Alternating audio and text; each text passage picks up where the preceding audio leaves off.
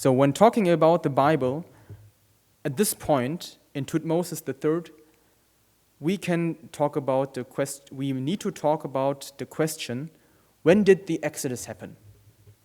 It happened in some form around that time. And there are two theories. The first theory is the 1450 BC theory. So according to 1 Kings chapter 6, verse 1, we have the construction of the temple 480 years after the Exodus.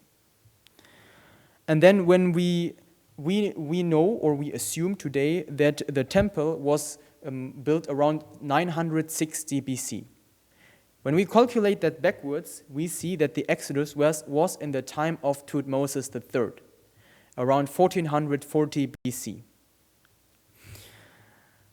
Now, when we calculate further with the fact that we had 400 years Egyptian captivity, then Jacob went to Goshen with his family around 1900 to 1800 BC.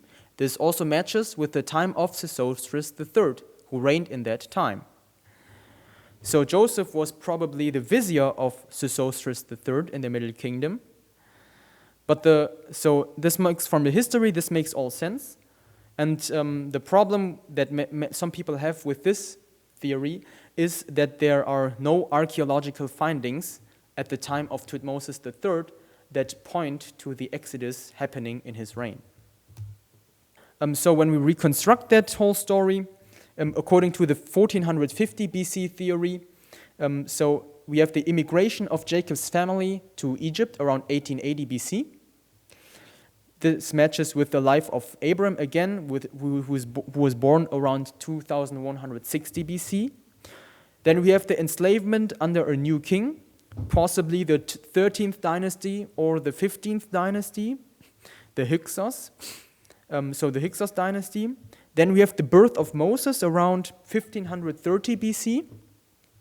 So this was the beginning of the reign under Moses the first. This could be the new king that came up after the first king who enslaved the Israelites died. So Moses would have grown up in the palace with Thutmose I and Thutmose II.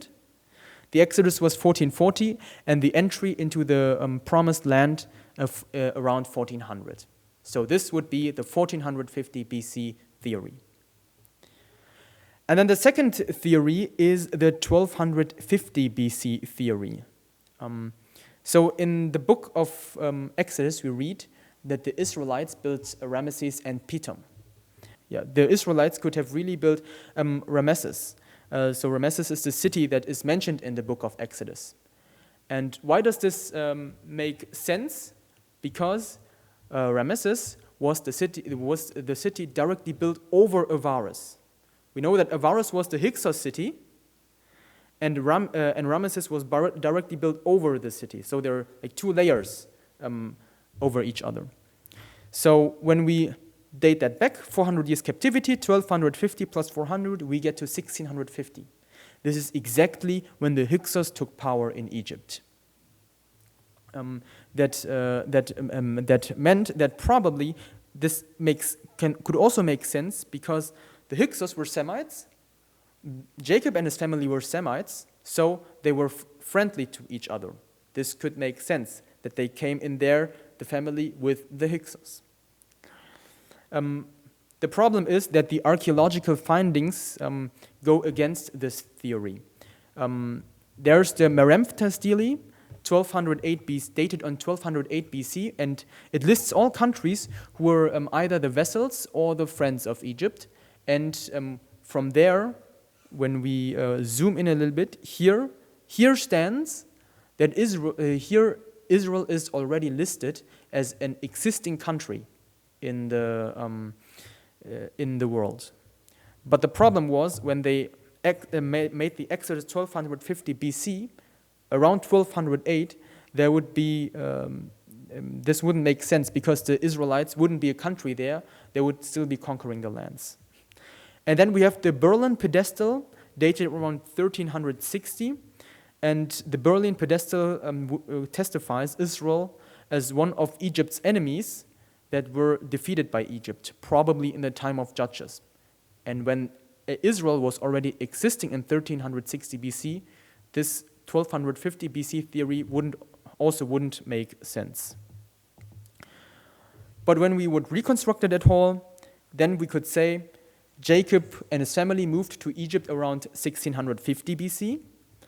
This fits historically with the appearance of the Hyksos, who were also Semites, and therefore friends with the Israelites. They were enslaved under the new king after the expulsion of the Hyksos. So when the second intermediate period ended, then the new king, who didn't know anything from Joseph, came and enslaved the Israelites. Then Moses was born around 1330, so at the time of Tutankhamun and Akhenaten, and he must have grown up with Ramesses I and Ramesses II. So the Exodus was 1250 and entering the Promised Land around 1210. But then, in turn, the time of the Judges, which is said to be today around 300 to 400 years, would be rather have been short when we follow this theory, around just 200 years. These are just two theories. We don't really know what is right. There's also some assumption today that there seem to be more general problems with the Egyptian chronology, and that there might be shifted the whole chronology of Egypt 100 to 200 years in order to be correct. So there are still some archaeological findings and going on there in order to find out what the real history was. Nonetheless, the Exodus must have been a traumatizing event for the Egyptians. Because when we look at the 10 plagues, we see that in each plague, at least one Egyptian god was defeated. For example, in the first plague, Seb, the god of the water and the Nile flooding, was defeated. We know that the Nile was very essential for Egypt to exist, because without the Nile, there is no civilization. And this god was now defeated because one cannot drink water. Then, also Bastet, the goddess of fruitfulness, was also defeated. Also Amun-Ra, the god of the sun and the god of sun and the main god of ancient Egypt, he was also defeated through this 3 days of darkness. For the Egyptians believed that every morning when the sun goes up, and the night ends and the day starts, they believed Amun-Ra defeated the chaos, and Maat is still living.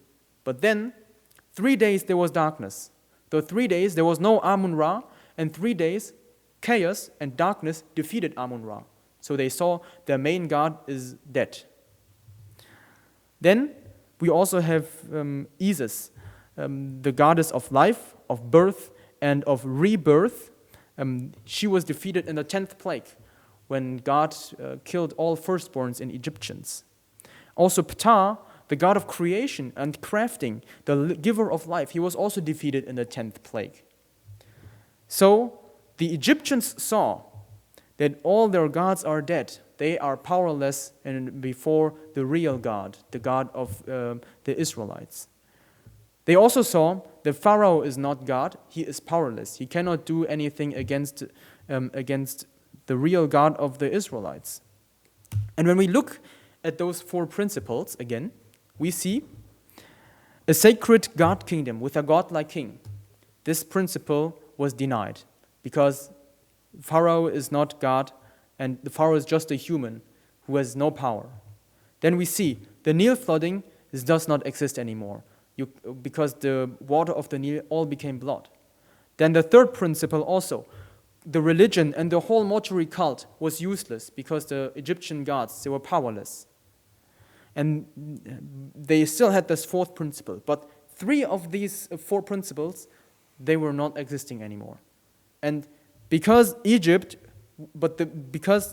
whole Egyptian society was based on these 4 principles, that meant that 3 of these principles were not existing anymore. that means that the existence of Egypt was at stake. The Exodus and the 10 plagues must have been an existential threat to the Egyptians. And therefore, of course, for the Israelites,